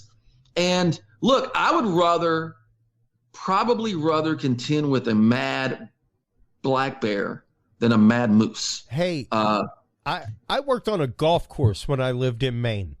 Oh, buddy, I bet you had some encounters. And specifically, like you're typically there an hour before the golfers. So like, I'd be out on the golf course before sunrise sometimes. Yeah. And yes, I was out in the snack shack one day. I mean, snack shack, like this thing is like 8 by 8 inside, you know? I've been in fishing cabins bigger than that. Yeah. And I'm sitting there just reading a book, waiting for tea times to start, and all of a sudden I hear like this, what the hell? And I look next to me, and this cow has her head in the window of the snack shack, just looking around. That's about 6-7 inches scary. Away from my head. Yeah. And about 10 feet away from her is a calf. Just walking around. That's the problem. And I froze. Yeah, buddy. I was like, you eat whatever snacks you want. Like, you want a hot dog, you feel free to take it. There you go. Take it, mama. I'm just sitting here, and it eventually just, her calf wandered off, and she turned around and wandered off. But it was like, had I moved, that little 8 by 8 shack would have been destroyed. No doubt about it. It would have been leveled, man. That's and power you right see them there. on the road. You see them in a zoo. They're beautiful. They're majestic animals. But I roll about 6'4". I'm a big human being, man, and that thing had height on me. Yeah, man, they're the real deal. You know, I don't live in moose country, and but we went to Colorado for the first time 5 years ago, and my wife Lisa fell in love with moose, and I did too, but she really fell in love with them. So we've been researching moose a lot and stuff, and she's actually trying to figure out. She has a kind of a conservation angle on moose she's wanting to work on, but this human conflict. I mean, even like elk. I have photos of an elk in Estes Park, a big bull attacking a Suburban. I mean, just thrashing it. And there's like idiot walkers like 10 yards away from me. Oh, look, it's an elk. Ha, ha, ha, honey. It's the peak of the rut, dude. And so it's that education part of it. And people have to be educated about that because, look, I'm a hunter. I support legal, ethical, science-based hunting. I like eating. Right. I like wildlife. Eating wildlife is good. It's good and healthy for you, better than this processed crap that we all eat too much of, including me. Well, but if you don't like that and you don't want the bear showing up in your neighborhood killed, don't freaking feed it because it will end up having to be killed because the bear will hurt someone or get in a whatever. So people need to know, don't feed the wildlife. If you do, it conditions them to be around people. And eventually, a person's going to get hurt, and the animal is going to have to be killed. It's always amazing. Like I've taken risk with wildlife and photography and stuff like that, but I actually know what my risk is at least. And you know, I was in Yellowstone, and you know, I think there's a whole blog, something called "The Idiots of Yellowstone" or something. And I wouldn't doubt it. You got more proofs of Darwinian theory. There's this lady in Yellowstone, and most of these people end up being from the Midwest. Like, and the reason is all they have up there is like deer and turkey. There's nothing else. So you go to like Yellowstone, you don't know about buffalo, and they don't have buffalo in the Midwest. You don't know about grizzlies, and so they're all. This lady from Ohio, it was Ohio, pulls up, and she's in a car, and she goes, "I'm gonna go get a selfie with the bison." I said, "Ma'am, have you read one single sign that's been here? They kill more people than anything in Yellowstone. And in the Lamar Valley of Yellowstone, you have these it's 26 miles and there's one ranger cabin facility and there's nothing else except little pullover spots. You can pull your car on gravel and there's like a little barricade. There's bisons walking by the barricade. This woman is leaning over the barricade with her phone toward about a 1,800-pound bull bison. And I said, "Ma'am, I'm going to photograph your demise if that's okay." So I got a picture. Wow. She didn't get hit, thank God. Wow. But I did pray for her. But I got a picture of her leaning over the post, and I'm like, look, there's never a good turnout for that. No, it's like, and feral hogs I did one of my favorite episodes of my Dark Outdoors podcast with Dr. Jack Mayer about the danger of feral hogs. And one of the things is, it's the cuteness of the babies. The babies are usually born with stripes. They're beautiful. They're really cute. And someone who doesn't know is at a park in Austin or Houston or Beaumont, walking around, this cute little piglet comes up to them. Well, guess what happens? Mama Sow will eat your soul. And what the big growing conflict is, Chris, and I'm going to write a really in-depth piece on this. I'm waiting for some of the experts to sort of give me some more info for our studies that are going on. But the number one thing in wildlife conflict, the number one link is dogs. Oh, yeah. All these animals hate dogs. And you're putting your dog at risk. Natural predator. Exactly. They don't know it's a dog. They look at it as a wolf or whatever. You know what I mean? Heck, until 100 or so few years ago, they were all wolves. Like every one of them from Chihuahua on up was nothing but wolf till we bred it down to what it does. At the end of the day, right? Yeah. And so the dog is there. And when I was in Yellowstone, when I got that award, I didn't go to Yellowstone that point. I was in Grand Teton. I went to Yellowstone the first trip to Wyoming this year. And there's a trail where there's a sign, grizzly spotted. It was like 2 days early. They had like a date and warning. And there's somebody walking a collie down there. Yeah. And so if you're listening, I know you love your dog. I have a bull mastiff and a Dobie.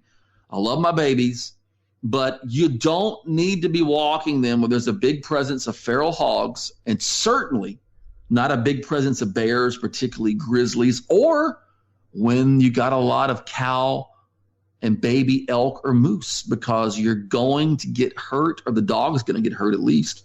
Yeah. And I'm just trying to get that message across because we're such a dog-centric culture, and I love dogs. I've never had I don't know of a picture of you without a dog almost on social media. I have my dogs everywhere. Almost everyone is a dog in your way while you're doing something. Exactly. But my dogs don't go on the trail down here where the feral hogs are real thick, you know? Yeah. And because my dogs would try to defend me and they would get killed probably. And so I just want people listening. I'm not getting on you about bringing your dogs, but if you see a lot of feral hogs, sign avoid that. They'll save you and the dog problems. And when you go to Yellowstone, leave the dog at a kennel at home. Yeah. Don't have to bring the dog to Yellowstone or Rocky Mountain National Park. It'll make your trip more fun because when your dog's trying to chase everything anyway, but it's a safety thing. And you know, there's a good chance that they're going to have to kill that elk mama who stomped your dog into a mud hole. Yeah. Or whatever. So just some comment. And thank you for having a platform where we can talk freely about this stuff. It's hugely important, man. I was brought up hunting and fishing by a Cajun grandfather. There you go. Who was brought up hunting, fishing, trapping. He was a sharecropper when he was a kid. Things like that, man. And to me, I wish I could get out more and do it.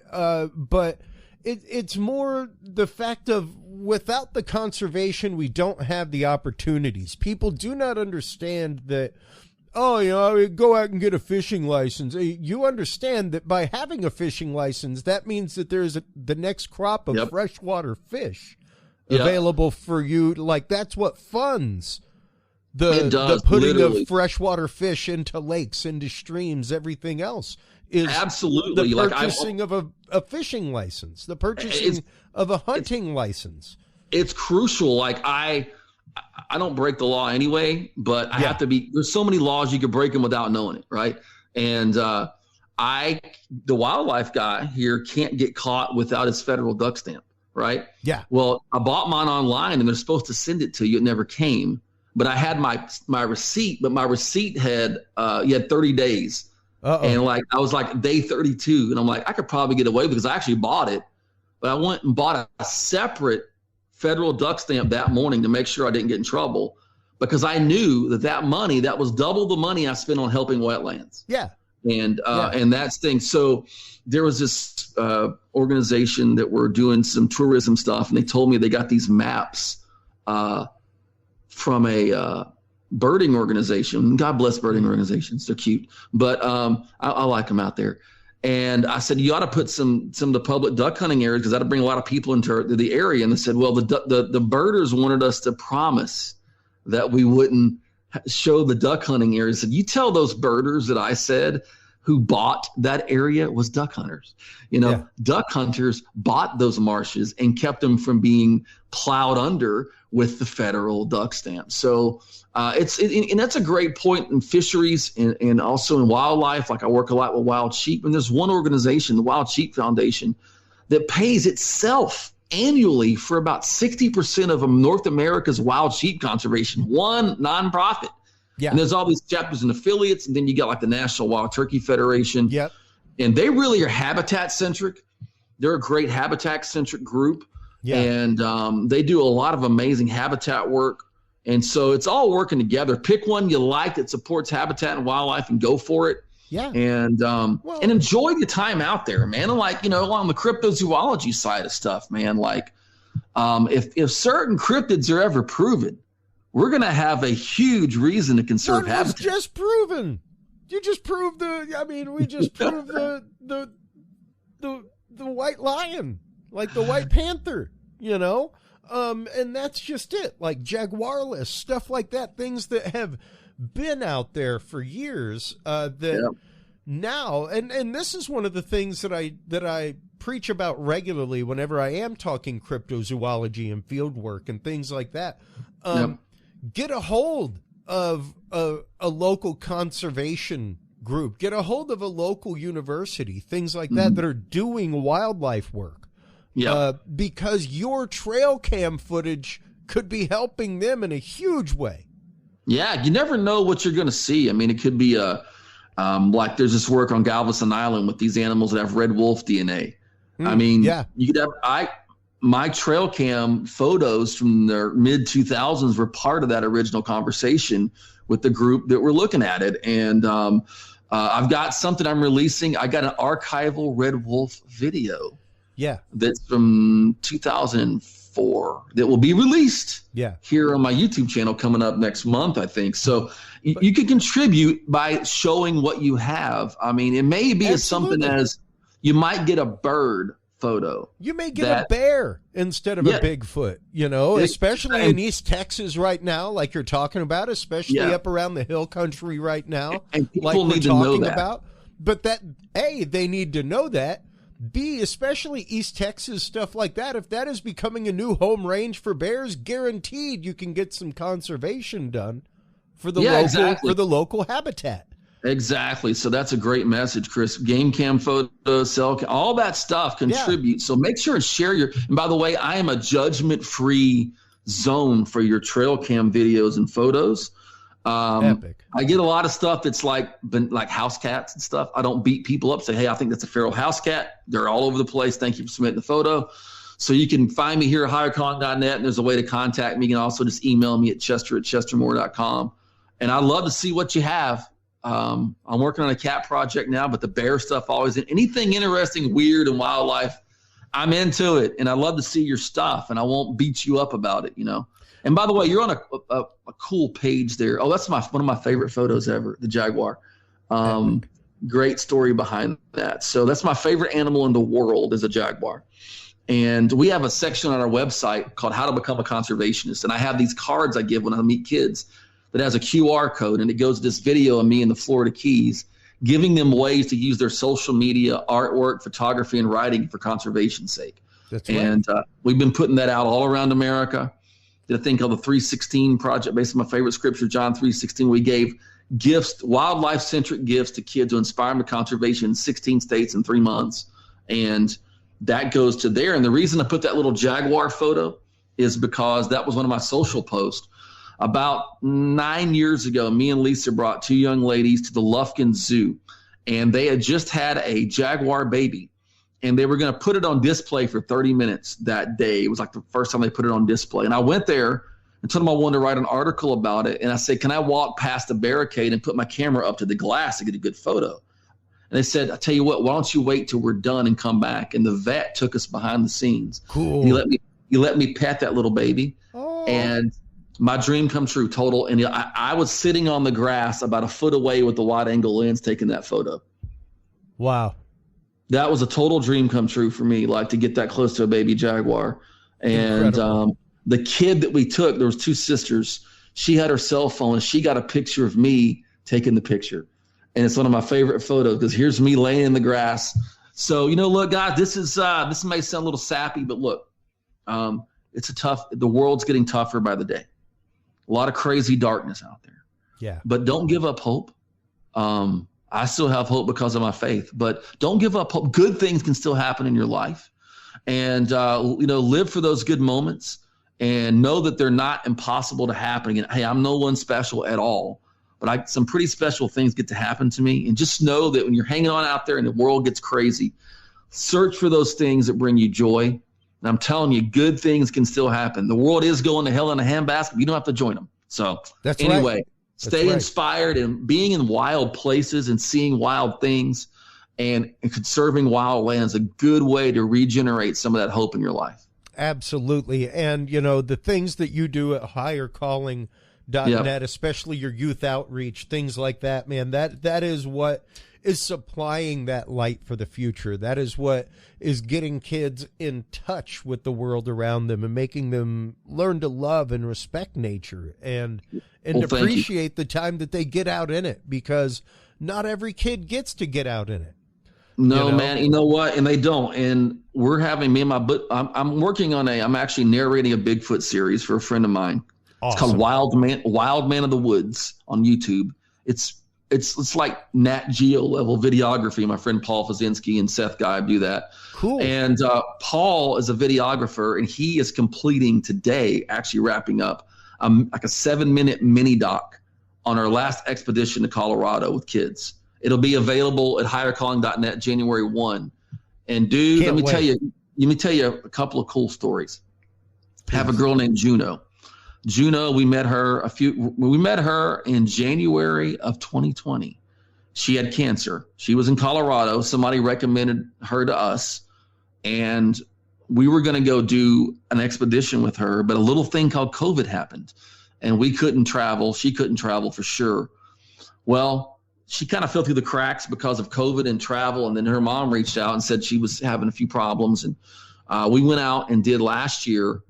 We went out and gave her a sloth encounter at the Denver Aquarium. Cool. And it was incredible. Well, I went back this year. Juno is cancer-free. And I got to walk her out on a trail to photograph mule deer. And we went back again, and she met us in September or October. And we took her around her house at a park and taught her how to use a camera to photograph wildlife and did prairie dog photography there. But that kid is cancer-free now. That brings me hope. And we met a little boy named Alex who has more health issues than I could talk about on the program. And beautiful, awesome little guy. And the elk were in full rut. And on the video, you'll see him out there bugling at the elk. One of them bugled back at him. And cool. I got to take him to a spot where normally there's a bunch of chipmunks and ground squirrels, where they were all gone, but a few chipmunks. But Lord provided for me. A flock of Merriam's turkeys walked up to us, and he got to, sit there and look at the turkeys 5 yards away and photograph a moose with us. So it's all about trying to give hope to kids. So if you know of a child that's facing a special challenge that loves wildlife. Yeah, that's right here. This is Rihanna Holloway. That's Emily Odom right there. Go.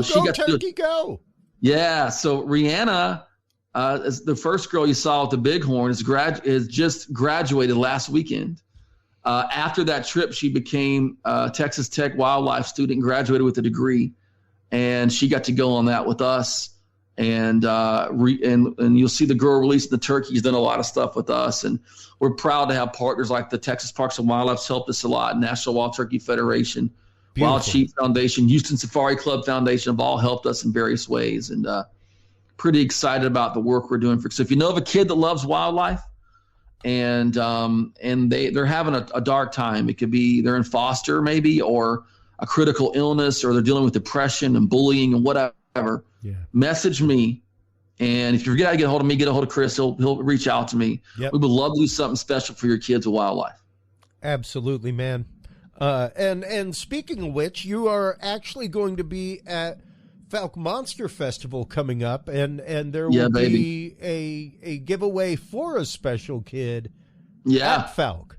Yeah, so Craig Woolheater, our mutual friend, has been so kind to support our program and his Texas Bigfoot Conference, as well as the Falk Monster Festival. We're either bringing kids in, if we can make it, to come to the event and they get Bigfoot-centric gifts, or we're using that event to raise gifts for other kids. And matter of fact, tomorrow I'm packing up some gifts. My good friend Sean Whitley, who did the epic, I'm in it, I'm a little biased, a Southern Fried Bigfoot documentary. Oh, yeah. Sent me a bunch of Bigfoot gifts we're going to send kids out. And Falk Monster Festival, we're probably going to be bringing some kids to that one. Cool. And I'm going to be speaking there. And got a cool announcement. I wrote a book called Bigfoot South 20 years ago, next year. And Bigfoot South is going to be re-released for the very first time with about 50% more pages, information, photos. Special edition is going to be available at the Falk Monster Festival. And I'm going to be talking about something unique there. I'm going to be talking about feral apes and feral monkeys in the American South, and how it ties into this phenomenon. And I'm neck deep in research on that, and I've got some crazy stuff to share. So that's just a little teaser. You want to come out to the Falk Monster Festival. First off, it's in Falk, and people will be probably Lyle or someone will be there as well, talking about the Falk Monster and his masterful books he did on that, and different people will come to this event, and it's a special place. You can go to the Monster Mart and check out the little mini museum. But I'll be there, we'll be having probably some kids there with us, and and you can go, by the way, you're the first person to get this scoop. I've sent a few friends links. Ooh. Nobody publicly has this yet. Go to BigfootSouth.com.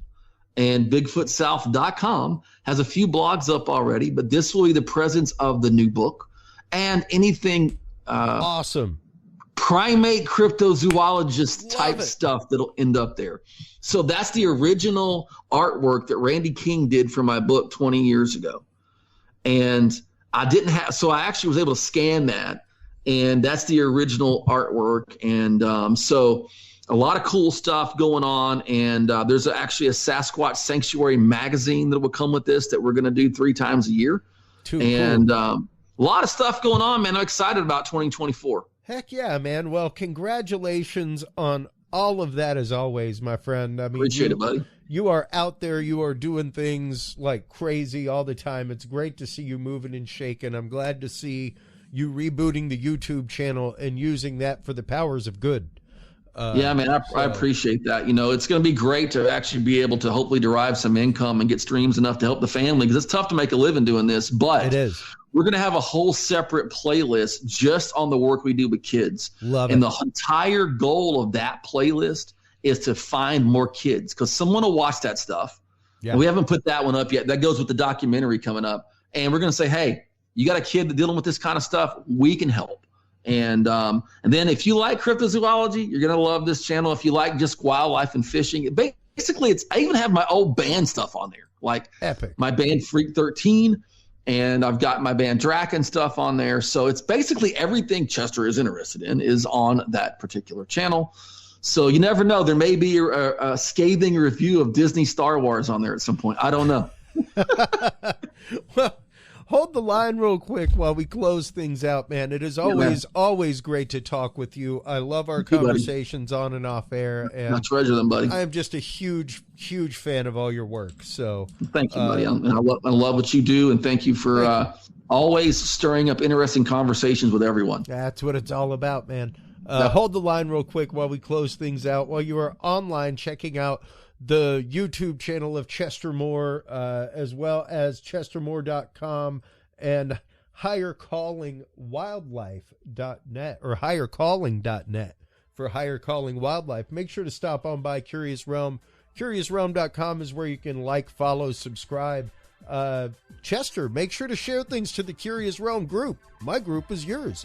Stop on by and join the Curious Realm group on Facebook, everybody. It is an open group. We have great conversations there about things that are moving humanity. Thank you so much, as always, for tuning in, everybody. The conversation is what moves humanity, and open hearts, open minds are how we have the conversation. Your open hearts, open minds are what matter out there, everybody. Take care of yourselves, take care of each other, and remember, stay curious. We'll talk to you soon. Bye-bye. Thank you for tuning in to this episode of The Curious Realm. Stay tuned for more guests, forbidden topics, and hidden truths. Download the official Curious Realm app and view the Knowledge Vault on our website, curiousrealm.com. Follow us on social media by searching Curious Realm. Curious Realm is available on your favorite podcast services, as well as YouTube, Roku, Amazon Fire, and Apple TV through the APR TV app, available on all app markets. Curious Realm is a proud member of the HC Universal Network family of podcasts. For more great content or to become a sponsor of Curious Realm or other podcasts, visit hcuniversalnetwork.com today. Thanks for listening. Stay curious. And remember, the other side is always watching.